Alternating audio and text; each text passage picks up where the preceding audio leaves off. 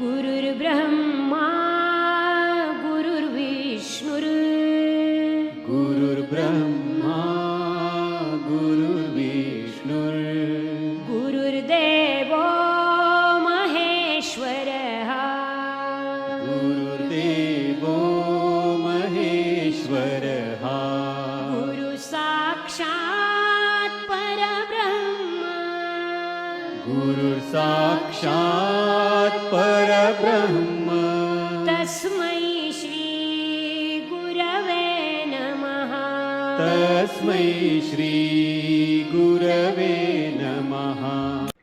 यदा यदा हि धर्मस्य ग्लानिर्भवति भारत अभ्युत्थानं धर्मस्य तदात्मानं सृजाम्यहं परित्राणाय साधूनां विनाशाय च दुष्कृतां धर्म संस्थापनार्थाय संभवामि युगे युगे। प्रेम से बोलो श्री कृष्ण भगवान की जय। मित्रों, भक्तों, मैं आचार्य श्री राजेंद्र कुमार सूर्यवंशी भगवान श्री कृष्ण की चरणों की धूल उनका शिष्य, मित्रों, भक्तों, श्रीमद् भागवत गीता यथारूप 18 अध्याय का प्रसाद आप तक पहुंचा रहे हैं। मित्रों, अध्याय 7 चल रहा है। अध्याय 7 भागवत ज्ञान। मित्रों, बहुत सुंदर 7वां अध्याय है, ध्यान से सुनिएगा। पिछले धारावाहिक में हमने आपको विधान सुनाया था। तथ्य तो यह है कि बिना भक्ति के तथा कृष्ण भावनामृत विकासित किए बिना कोई कृष्ण को नहीं समझ सकता। इसकी पुष्टि भागवत में 10, 14 और 29 में हुई है। तो मित्रों, यहाँ तक पिछले धारावाहिक में हमने आपको ज्ञान प्रदान किया था। प्रारंभ करते हैं आगे का विवरण। मित्रों, श्रीमद् भागवत गीता 18 संपूर्ण 18 अध्याय यथारूप अध्याय 7 भागवत ज्ञान यहाँ पर भगवान श्री कृष्ण दे रहे हैं आप सबको। मित्रों, प्रसाद लेना मत भूलिए। तो शुरू करते हैं। अथापि अतेय देवः पद्मम्बुजहृदयः प्रसादालेशानुग्रहित एम ही जनाति तत्व भगवन् मही मनो नाचान्यः एकोऽस्पि अचिर विचिरन्वन। बहुत सुंदर श्लोक है मित्रों। हे प्रभु, यदि कोई आपके चरण कमल की रंच मात्र भी कृपा प्राप्त कर लेता है तो वह आपकी महानता को समझ सकता है, किंतु जो लोग भगवान को समझने के लिए मानसिक कल्पना करते हैं वे नहीं समझ पाते, भले ही वे वेदों का वर्षों तक अध्ययन क्यों ना करें। कोई ना तो मनोधर्म द्वारा ना ही वैदिक साहित्य की व्याख्या द्वारा भगवान कृष्ण या उनके रूप को समझ सकता है। उन्हें भक्ति के द्वारा ही समझा जा सकता है। जब मनुष्य हरे कृष्ण कृष्ण कृष्ण हरे हरे, हरे राम राम राम हरे हरे इस महानतम जाप से प्रारंभ करके कृष्ण भावनामृत में पूर्णतया तन्मय हो जाता है, तभी वह भगवान को समझ सकता है। अभक्त निर्विशेषवादी मानते हैं कि भगवान कृष्ण का शरीर इसी भौतिक प्रकृति का बना है और उनके कार्य, उनका रूप इत्यादि सभी माया है। ये निर्विशेषवादी मायावादी कहलाते हैं। वे परम सत्य को नहीं जानते। मित्रों, बहुत सुंदर इसके अंदर विवरण है। 20वें श्लोक में स्पष्ट है, कमस्ततेह हूर्त्या ज्ञानः प्रबंधन्तेह सन्नः देवतः। जो लोग काम इच्छाओं से मदनंद हैं वे अन्य देवताओं की शरण में जाते हैं। यह स्वीकार किया गया है कि भगवान के अतिरिक्त अन्य देवता भी हैं जिनके अपने अपने लोक हैं और भगवान का भी अपना लोक है, जैसे कि 23वें श्लोक में कहा गया है, देवान है देव यजुहा यंत्या अभद्र भक्ता यंत्या मामपि। यानी कि मित्रों, देवताओं के उपासक उनके लोकों को जाते हैं और जो कृष्ण के भक्त हैं वे कृष्ण लोक को जाते हैं। यद्यपि यह स्पष्ट कहा गया है कि किंतु जो भी अमूर्ख मायावादी यह मानते हैं कि भगवान अनिर्विशेष हैं और ये विभिन्न रूप ऊपर से थोपे गए हैं, क्या गीता के अध्ययन से ऐसा प्रतीत होता है कि देवता तथा उनके धाम अनिर्विशेष है? स्पष्ट है कि ना तो देवता गण ना ही कृष्ण निर्विशेष हैं, वे सभी व्यक्ति हैं। भगवान कृष्ण परमेश्वर है, उनका अपना लोक है और देवताओं के भी अपने अपने लोक है। मित्रों, यहाँ बहुत सुंदर प्रसंग है, हम लोग सब लोग भयभीत हो जाते हैं। इस तर्क की मैं एक छोटा सा आपको इसमें विवरण करना चाह रहा हूं मित्रों, क्योंकि सत्य को झुटलाना बहुत कठिन है। सत्य आप झुटला नहीं सकते, चाहे आप जितना मर्जी उसके विपरीत हो जाए। भगवान हरि महाराज सत्य है, परमेश्वर है। इसकी क्या पहचान है कि भगवान श्री कृष्ण परमेश्वर है?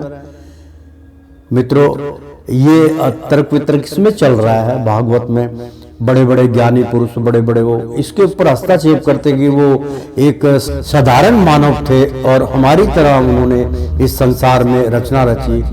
मित्रों, बिल्कुल ठीक है, भगवान बहुत सादे स्वभाव के हैं। उनके अंदर कोई भी किसी के प्रति वेदना नहीं होती कि वो उनको गलत तरीके से उनको सोचे या करें। भगवान सबसे बहुत प्रेम करते हैं। मित्रों, यहाँ पर जो लोगों का भ्रम है उसको आज मैं पूरी तरीके से खंडन करना चाहता हूँ। मैं बार बार इस बात का उल्लेख कर रहा हूँ क्योंकि सत्य तो सत्य ही होता है।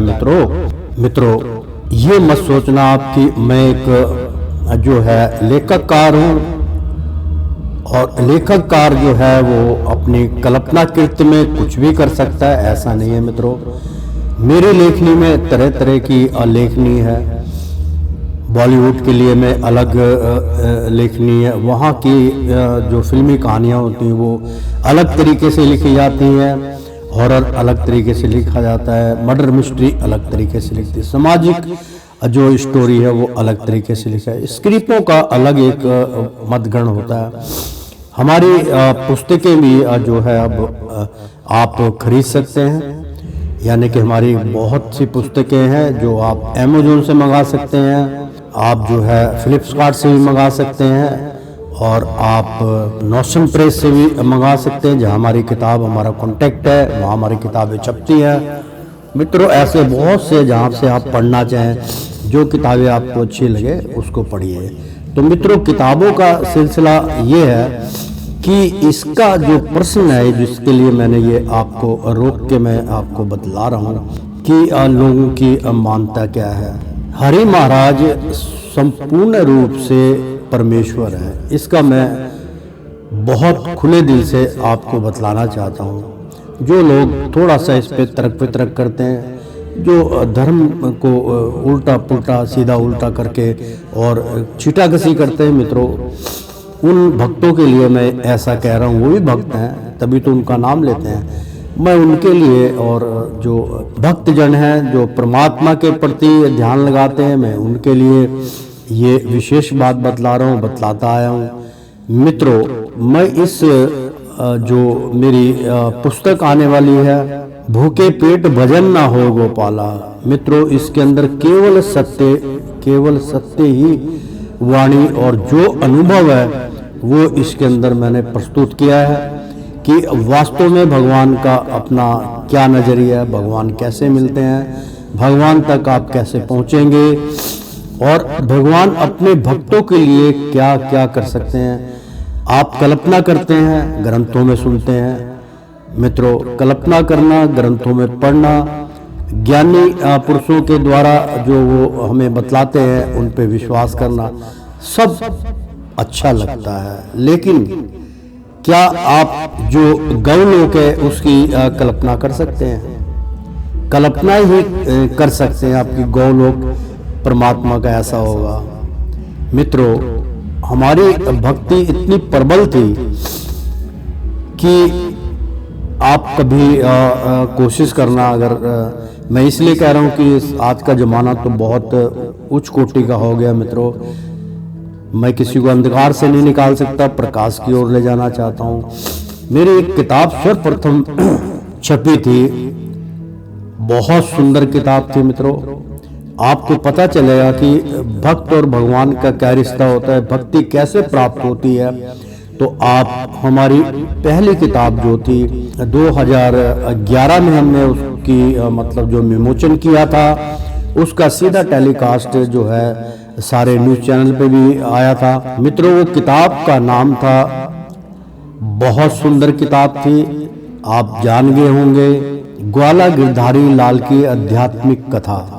मित्रों, ग्वाला गिरधारी लाल जो था वो भगवान श्री कृष्ण का बहुत स्नेह प्रेमी था। उसके अंदर पूरी व्याख्या, वो किस प्रकार से भगवान को प्राप्त हुआ था, भगवान तक वो भगवान को नीचे बुला के मित्रता की, वो सब उस किताब में आपको मिलेगा। तो आप हमारी अमेज़न से भी उस किताब को मंगवा सकते हैं। लेकिन लोग सोचते हैं कि शायद उस किताब में जो है ग्वाला गिरधारी लाल भगवान श्री कृष्ण की ही कथा। मित्रों, उनका एक उल्लेख अलग है। भगवान श्री कृष्ण जी का वो भक्त था, उसने कैसे कैसे क्या क्या मतलब सहन करे और भगवान को कैसे प्राप्त किया, उसकी अलौकिक कथा उसके अंदर प्रस्तुति है। वो भी हमें आध्यात्मिक ज्ञान से प्राप्त हुई थी, कोई किसी का लेना देना ग्रंथ से नहीं है, कोई नकल नहीं है।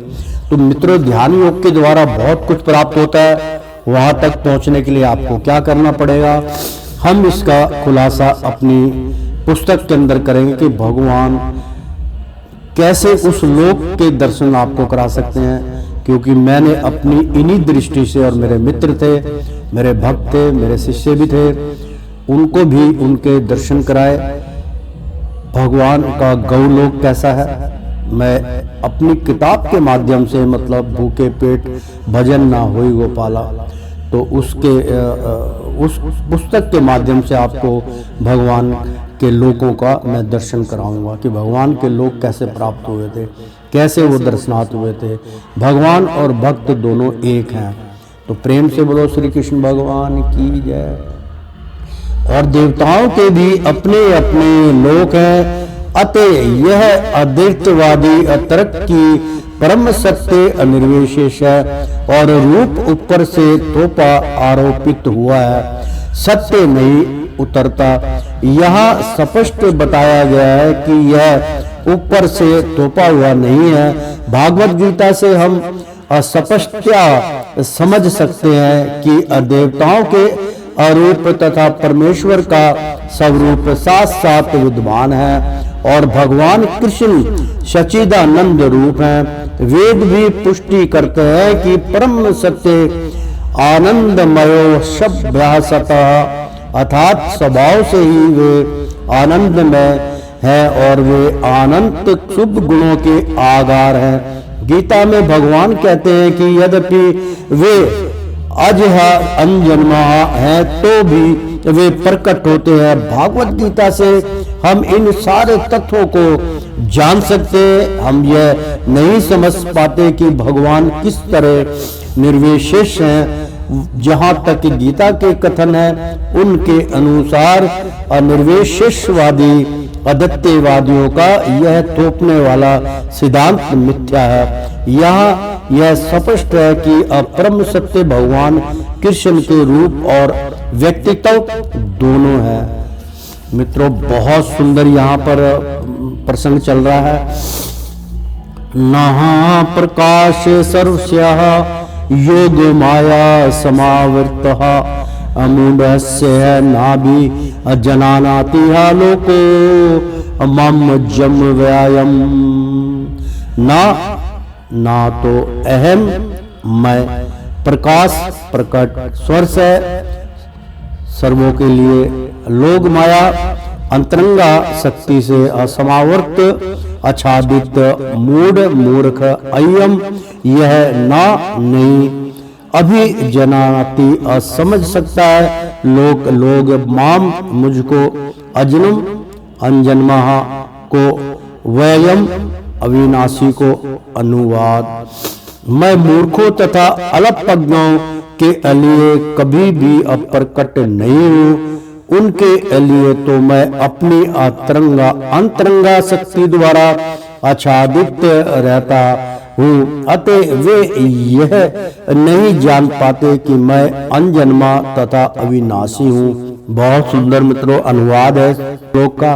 तात्पर्य यह तर्क दिया जा सकता है कि जब कृष्ण इस पृथ्वी पर विद्यमान थे और सबों के लिए दृश्य थे, तो अब वे सबों के समक्ष क्यों प्रकट नहीं हो। तो बहुत सुंदर तात्पर्य मित्रों।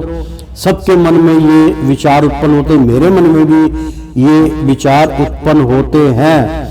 मेरे गुरुदेव श्री कृष्ण मेरी इस वाणी को सुन रहे होंगे, वही मैं आपको मित्रों बतला रहा हूं। बहुत सुंदर यहाँ पर यह तर्क दिया जा सकता है कि जब कृष्ण इस पृथ्वी पर विद्यमान थे और सबों के लिए दृश्य थे, तो अब वे सबों के समक्ष क्यों प्रकट नहीं होते।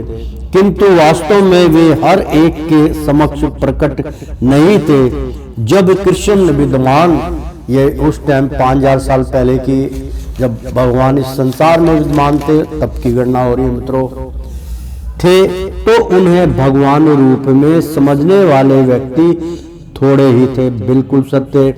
जब कुरु सभा में शिशुपाल ने कृष्ण के सभाध्यक्ष चुने जाने का विरोध किया तो भीष्म ने कृष्ण के नाम का समर्थन किया और उन्हें परमेश्वर घोषित किया। इसी प्रकार पांडव तथा कुछ अन्य लोग उन्हें परमेश्वर के रूप में जानते थे, किंतु सभी ऐसे नहीं थे। अभक्तों तथा सामान्य व्यक्ति के प्रति वे प्रकट नहीं थे। इसलिए भागवत गीता में कृष्ण कहते हैं कि उनके विशुद्ध भक्तों के अतिरिक्त अन्य सारे लोग उन्हें अपनी तरह समझते हैं। वे अपने भक्तों के समक्ष ही आनंद के आगार के रूप में प्रकट होते हैं, किंतु अन्यों के लिए अल्पज्ञ अभक्तों के लिए वे अपनी अंतरंगा शक्ति से आच्छादित रहते हैं। श्रीमद् भागवत में 1:8 और 19 में कहा गया है, कुंती ने अपनी प्रार्थना में कहा है कि भगवान योग माया के आवरण से आवृत हैं, अतः सामान्य लोग उन्हें समझ नहीं पाते। ईशो उपनिषद में मंत्र 15 भी इस योग माया आवरण की पुष्टि हुई है, जिसमें भक्त प्रार्थना करता है, हरण्यः हिरण्मयेन पात्रेण सत्यस्या विहिंतः सुमुखम तत्वः पूषण पावर्णो सत्य धामार्या दृश्य। बहुत सुंदर श्लोक मित्रों। हे भगवान, आप समग्र ब्रह्मांड के पालक हैं और आपकी भक्ति सर्वोच्च धर्म है। अतः मेरी प्रार्थना है कि आप मेरा भी पालन करें। आपका दिव्य रूप योग माया से आवृत है। ब्रह्म ज्योति आपकी अंतरंगा शक्ति का आवरण है। कृपया इस तेज को हटा लें, क्योंकि यह आपके सच्चिदानंद विग्रह के दर्शन में बाधक है। भगवान अपने दिव्य सच्चिदानंद रूप में ब्रह्म ज्योति की अंतरंगा शक्ति से आवृत है, जिसके फल स्वरूप अल्प ज्ञानी निर्विशेषवादी परमेश्वर को नहीं देख पाते। प्रेम से बोलो श्री कृष्ण भगवान की जय। श्रीमद् भागवत में भी 10, 14 और 7 में कहा गया है कि यह ब्रह्मा द्वारा की गई यह स्तुति है। हे भगवान, हे परमात्मा, हे समस्त रहस्यों के स्वामी, संसार में ऐसा कौन है जो आपकी शक्ति तथा लीलाओं का अनुमान लगा सके। आप सदैव अपनी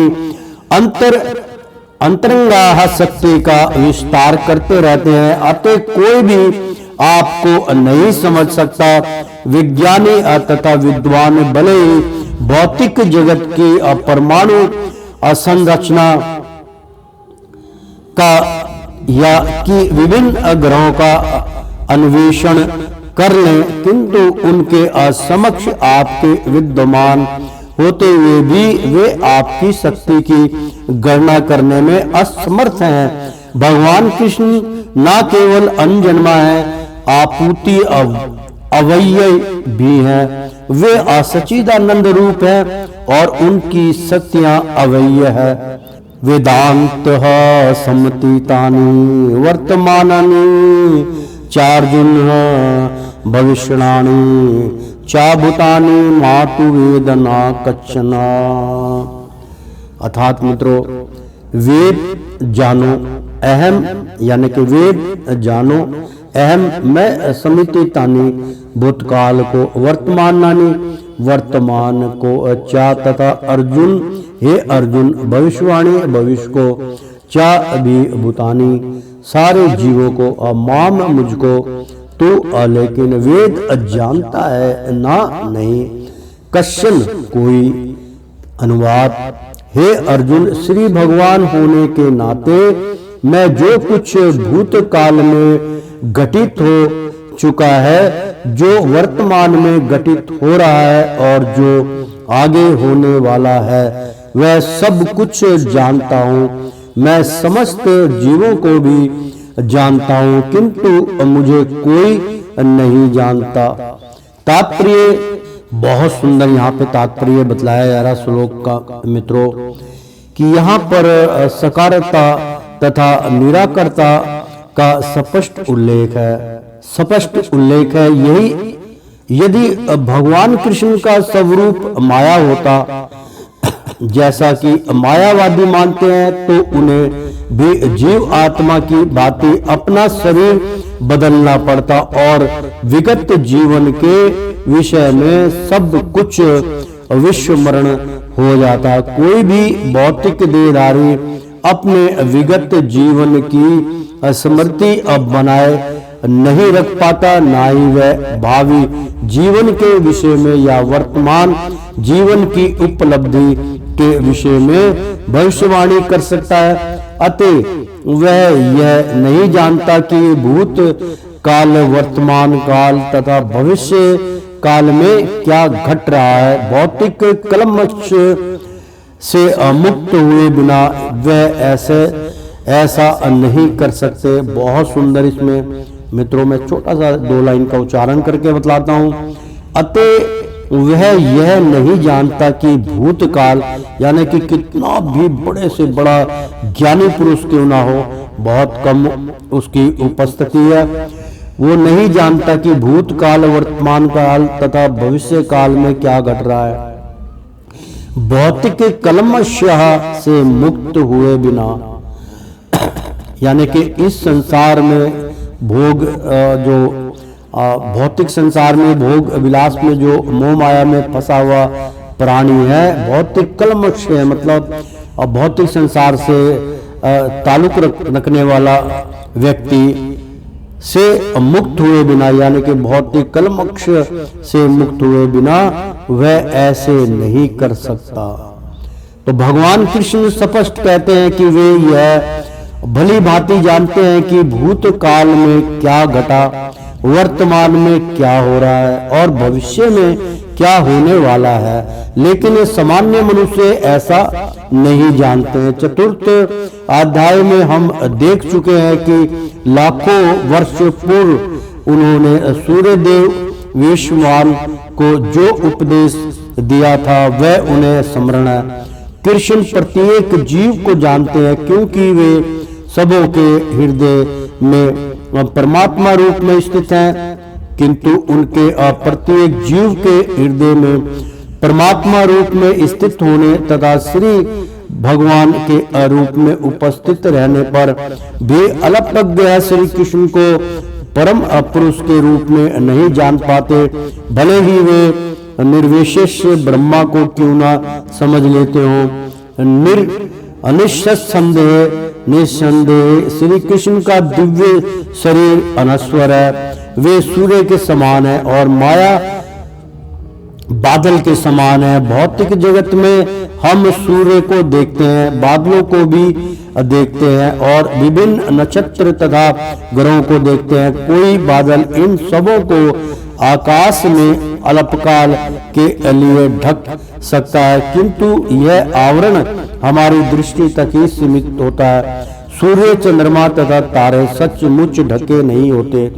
इसी प्रकार माया परमेश्वर को आच्छादित नहीं कर सकती, वे अपनी अतरंगा शक्ति के कारण अल्पंगों को दृश्य नहीं होते। ऐसे कि इस अध्याय के 30वें श्लोक में कहा गया है कि करोड़ों पुरुषों में से कुछ ही असिद्ध बनने का प्रयत्न करते हैं और सहस्रों ऐसे सिद्ध पुरुषों में से कोई एक भगवान कृष्ण को समझ पाता है। भले ही कोई निराकार ब्रह्मा या अंतर्यामी परमात्मा की अनुभूति के कारण सिद्ध हो ले, किंतु कृष्ण भावनामृत के बिना वह भगवान श्री कृष्ण को शायद ही समझ पाए। इच्छा देश मुक्तथे द्वेन्दु मोहन भारत सर्वभूतानि असम्मोह संग्रह अयंतिहा पर्यंतपः। इच्छा यानी कि इच्छा, द्वेष तथा घृणा असमुत्थेन उदय होने से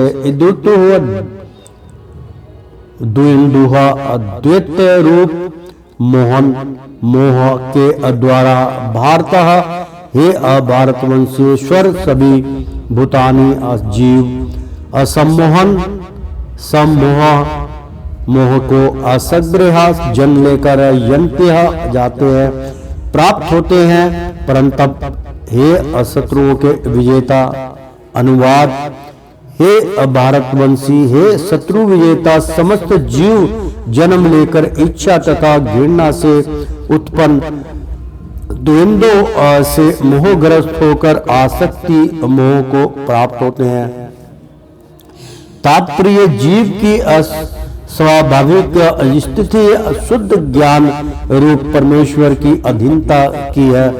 जब मनुष्य इस शुद्ध ज्ञान से मोहवश दूर हो जाता है तो वह माया के वशीभूत हो जाता है और भगवान को नहीं समझ पाता।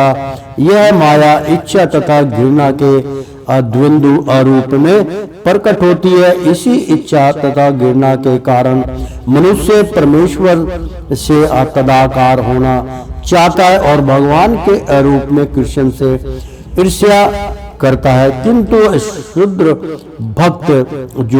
भक्त होते हैं जो इच्छा तथा घृणा से मोहग्रस्त नहीं होते, वे समझ सकते हैं कि भगवान श्री कृष्ण अपनी अतरंगा शक्ति से प्रकट होते हैं।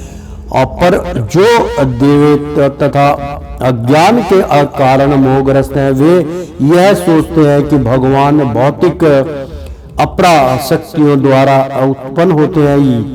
यही उनका दुर्भाग्य है। ऐसे मोहग्रस्त व्यक्ति मान अपमान, दुख सुख, स्त्री पुरुष, अच्छा बुरा, आनंद पीड़ा जैसे द्वंद्वों में रहते हुए सोचते हैं यह मेरी पत्नी है, यह मेरा घर है, मैं इस घर का स्वामी हूँ, मैं इस स्त्री का पति हूँ।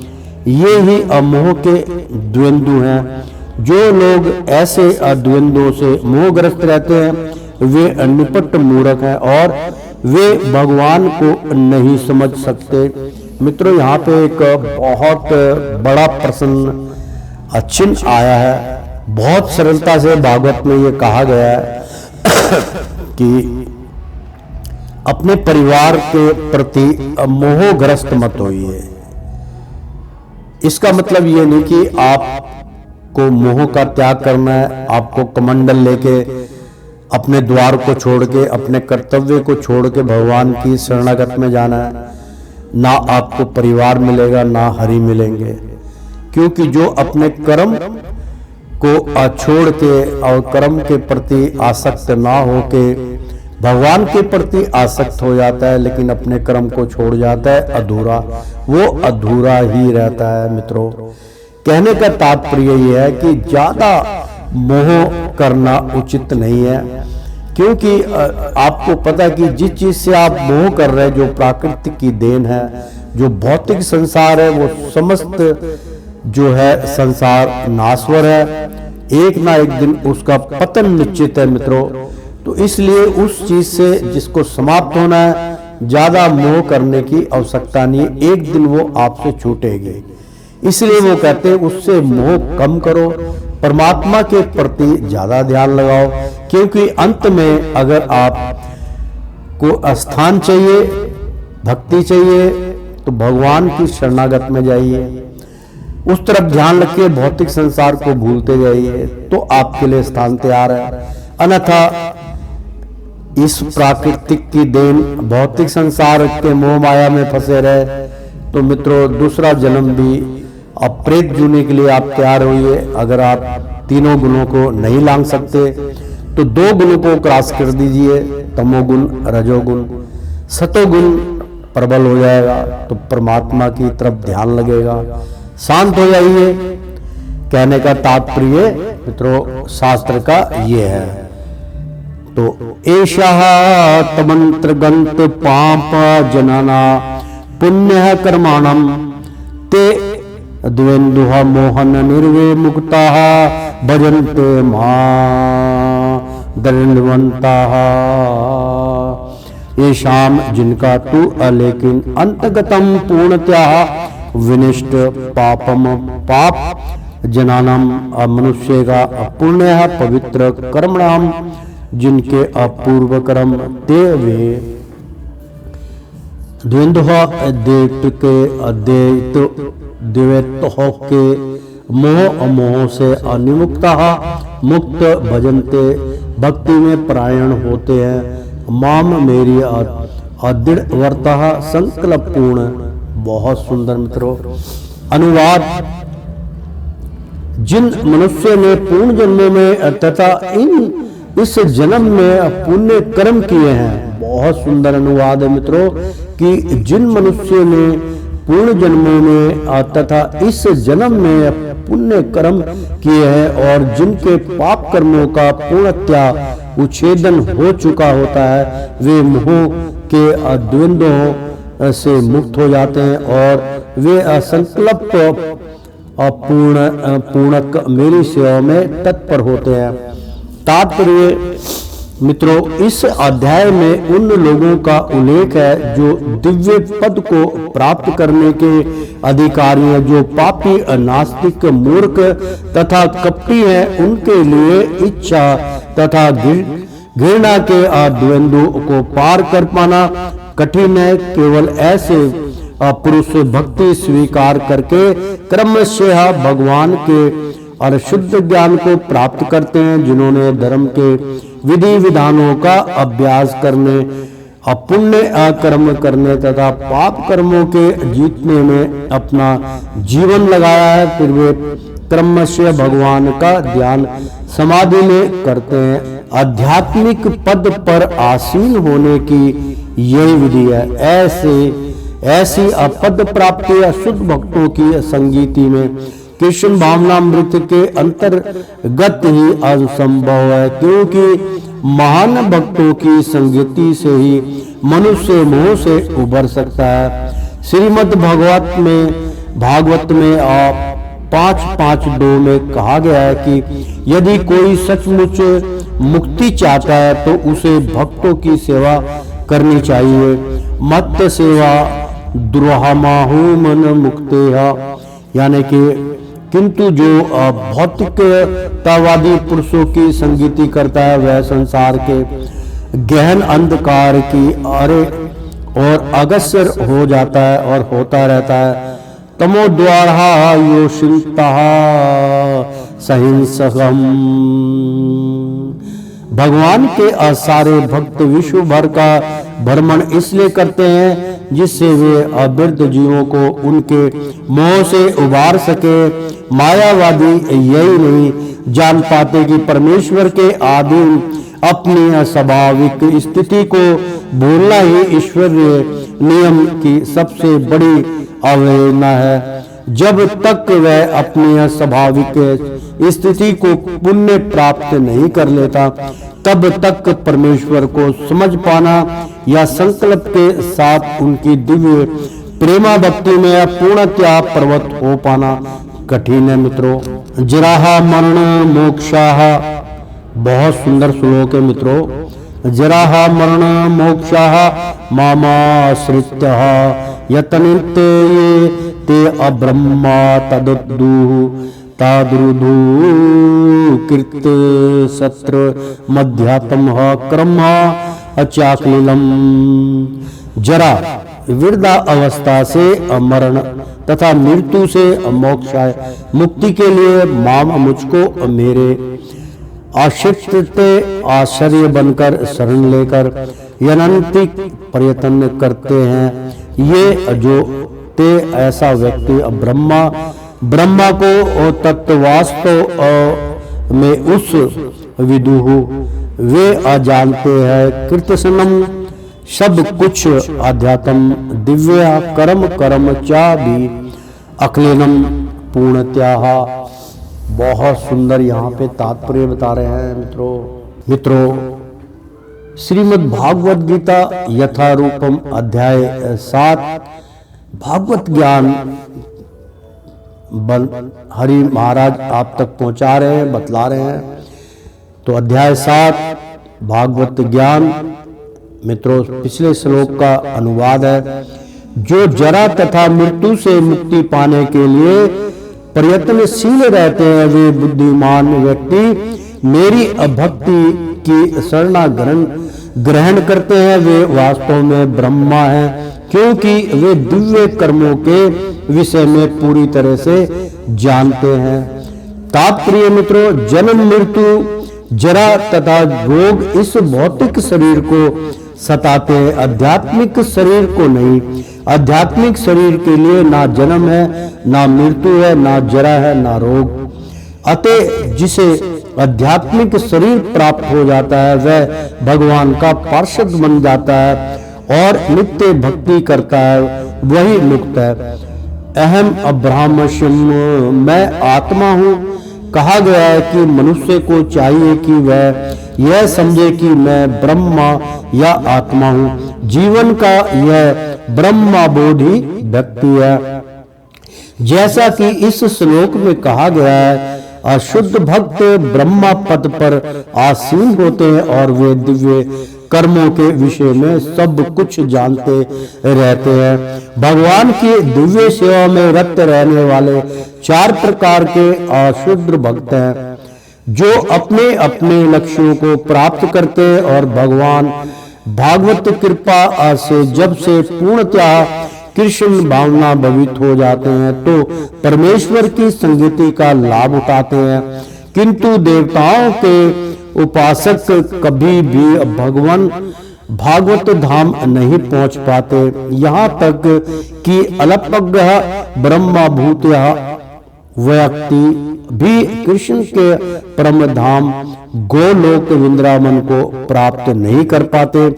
केवल ऐसे व्यक्ति जो कृष्ण भावना अमृत में कर्म करते हैं माम अश्रद्धया वे ही अब्रह्मा कहलाते हैं, अधिकारी होते हैं, क्योंकि वे सचमुच ही कृष्ण धाम पहुंचने के लिए प्रयत्नशील रहते। ऐसे व्यक्तियों को कृष्ण के विषय में कोई भ्रांति नहीं रहती और ये सचमुच ब्रह्मा है।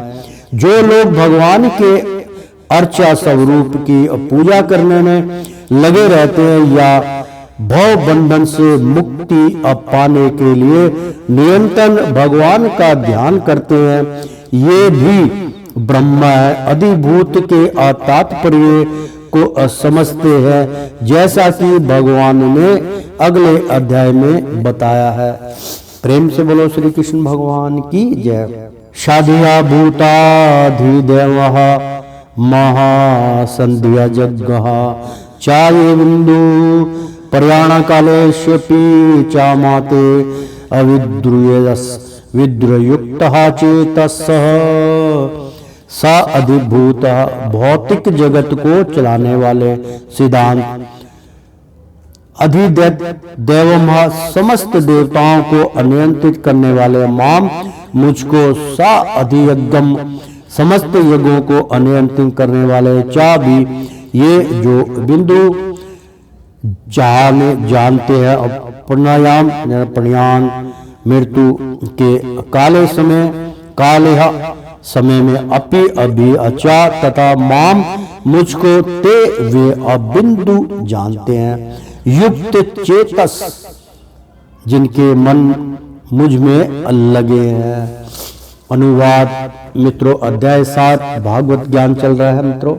अनुवाद जो मुझ परमेश्वर को मेरी पूर्ण चेतना में रहकर मुझे जगत का देवताओं का तथा समस्त यज्ञ विधियों का नियामक जानते हैं, वे अपनी मृत्यु के समय भी मुझ भगवान को जान और समझ सकते हैं, भगवान को जान सकते हैं, भगवान को समझ सकते हैं। तात्पर्य कृष्ण भावनामृत में कर्म करने वाले मनुष्य कभी भी भगवान को पूर्णतया समझने के पथ से विचलित नहीं होते। कृष्ण भावनामृत के दिव्य सानिध्य जो मनुष्य यह समझ सकता है कि भगवान किस तरह भौतिक जगत तथा देवताओं तक का नियामक है, धीरे धीरे ऐसी दिव्य संगति से मनुष्य का भगवान में विश्वास बढ़ता है। अतः मृत्यु के समय ऐसा कृष्ण भावना भवित व्यक्ति कृष्ण को कभी भुला नहीं पाता। अतः वह सहज ही भागवत धाम गोलोक वृंदावन को प्राप्त होता है। मित्रों यहाँ बार बार वृंदावन भगवान का जो उद्गम स्थल है, मतलब भगवान का जो धाम है जहाँ भगवान श्री कृष्ण विद्यमान है, उस जगह की यहाँ पे बार बार उल्लेखा हो रही है मित्रों। भागवत धाम गौलोक वृंदावन की बात हो रही है मित्रों। जो यूपी में वृंदावन है मित्रों, वो भगवान का धाम था, इसलिए उसका नाम वृंदावन रखा गया। परंतु जो परे लोक में अब भागवत धाम में गौलोक वृंदावन को प्राप्त होता है, यानी कि वृंदावन की यहाँ बात हो रही मित्रों। इसका उल्लेख मैं, क्योंकि मेरे को बहुत प्रसन्नता होती जब ये प्रसंग आता है कि भागवत धाम में गौलोक वृंदावन कहाँ है, भगवान का धाम वो कैसा होगा, गौलोक कैसा होगा, इसकी व्याख्या मैं संपूर्ण रूप से, क्योंकि मैंने जो अपने नेत्रों द्वारा इस लोक को देखा, प्रत्यक्ष देखा है मित्रों, उसकी मैं व्याख्या करूंगा अपनी आने वाली पुस्तक। मैं कई बार इसका उल्लेख कर चुका हूं। मेरी आने वाली जो पुस्तक है भूखे पेट भजन ना हो गोपाला, उसमें सत्य कथन का उल्लेख है मित्रों। आप पढ़ना मत भूलिएगा। उस पुस्तक को आप जरूर खरीदिएगा, पढ़िएगा और ज्ञान प्राप्त कीजिएगा। उसके अंदर, उसके माध्यम से मैं आपको भागवत धाम गौलोक वृंदावन के दर्शन कराऊंगा और उसकी प्राप्ति के लिए आप उसका खंडन नहीं कर पाएंगे। जब मैं उसका उल्लेख करूंगा, मैं बतलाऊंगा कि मैंने किस प्रकार से गौलोक के दर्शन किए। तो प्रेम से बोलो श्री कृष्ण भगवान की जय। वह 7वां अध्याय विशेष रूप से बताता है कि कोई जिस प्रकार से पूर्णतः कृष्ण भावना भवित हो सकता है। कृष्ण चेतना का शुभारंभ ऐसे व्यक्तियों के सानिध्य से होता है जो कृष्ण भावना भवित होते हैं। ऐसा सानिध्य आध्यात्मिक होता है और इससे मनुष्य प्रत्यक्ष भगवान के संग्रह में आता है और भगवान भागवत कृपा से वह कृष्ण को भगवान समझ सकता है। साथ ही वह जीव के वास्तविक स्वरूप को समझ सकता है कि जिस प्रकार जीव कृष्ण को भुलाकर भौतिक कार्यों में उलझ जाता है। सत्य संगति में रहने से कृष्ण चेतना के कर्मक विकास से जीव यह समझ सकता है कि किस प्रकार कृष्ण को भुलाने से वह प्रकृति के नियमों द्वारा वध हो जाता है, बन जाता है। वह यह भी समझ सकता है कि यह मनुष्य जीवन कृष्ण भावना अमृत को पुण्य प्राप्त करने के लिए मिला है। अतः इसका सदुपयोग मतलब सदुपयोग कीजिए, दुरुपयोग ना कीजिए, सदुपयोग कीजिए। ये इसका अतः इसका सदुपयोग कीजिए। आप परमेश्वर की आहुति की कृपा प्राप्त करने के लिए करना चाहिए। बहुत सुंदर है। सदुपयोग बहुत गहराई में इसका वो आपको परमेश्वर की आहुति की कृपा प्राप्त करने के लिए करना ही चाहिए। इस अध्याय में जिन अनेक विषयों की विवेचना की गई है वे है दुख के समय मनुष्य जिज्ञासु मानव, अभावग्रस्त मानव, ब्रह्मा ज्ञान, परमात्मा ज्ञान, जन्म मृत्यु तथा रोग से मुक्त एवं परमेश्वर की पूजा। किंतु जो व्यक्ति वास्तव में कृष्ण भावनामृत को प्राप्त है वह विभिन्न विधियों की परवाह नहीं करता। वह सीधे कृष्ण भावनामृत के कार्यों में प्रवृत्त होता है और उसी से भगवान कृष्ण के नित्य दास के रूप में अपनी स्वाभाविक स्थिति को प्राप्त करता है। ऐसी अवस्था में वह शुद्ध भक्ति में परमेश्वर के स्मरण तथा गुणगान में आनंद पाता है। उसे पूर्ण विश्वास रहता है कि ऐसा करने से उसके सारे उद्देश्यों की पूर्ति होगी। ऐसा और ऐसी दृढ़ श्रद्धा और दृढ़ व्रत कहलाती है और यह भक्ति योग या दिव्य प्रेमा भक्ति की शुरुआत होती है। समस्त शास्त्रों का भी यही मत है। भागवत गीता का यह 7वां अध्याय इसी निश्चय का आरांश है। श्रीमद् भागवत गीता यथा रूप अध्याय 7 इस प्रकार श्री भागवत बहुत सुंदर मित्रों, दिल छूने को करता है, आपका भी करेगा। इस प्रकार श्रीमद् भागवत के 7वें अध्याय भागवत ज्ञान का भक्ति वेदांत तात्पर्य पूर्ण हुआ। प्रेम से बोलो श्री कृष्ण भगवान की जय। ओ श्रीमन नारायण नारायण हरि हरि, तेरी लीला सबसे न्यारी न्यारी, बोलो हरि हरि। ओ विष्णु नारायण नारायण हरि हरि, ओ लक्ष्मी नारायण नारायण हरि हरि। प्रेम से बोलो श्री कृष्ण भगवान की जय। मित्रों भक्तों, एक बार बोल दो ना राधे राधे कृष्णम कृष्णम। मित्रों जैसा कि आप जानते हैं इस प्रकार श्रीमद् भागवत के 7वें अध्याय भागवत ज्ञान बहुत ही सुंदर अध्याय था का भक्ति वेदांत तात्पर्य पूर्ण हुआ। मैं हरि महाराज को आप सबकी और अपनी ओर से कोटि कोटि उनका धन्यवाद करता हूं कि अध्याय 7 तक हमें बहुत सुंदर ज्ञान प्रदान किया, अमृत की वर्षा की, अमृत हमें छकाया और अजय अमर करने का आशीर्वाद दिया। तो प्रेम से बोलो श्री कृष्ण भगवान की जय। मित्रों मैं अपनी वाणी में कई बार बहुत सुंदर सुंदर वाणियां आपके लिए प्रस्तुत कर देता हूं।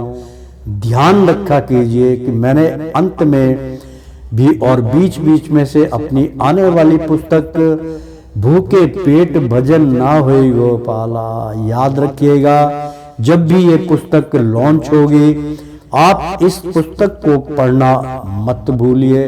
तो प्रेम से बोलो श्री कृष्ण भगवान की जय।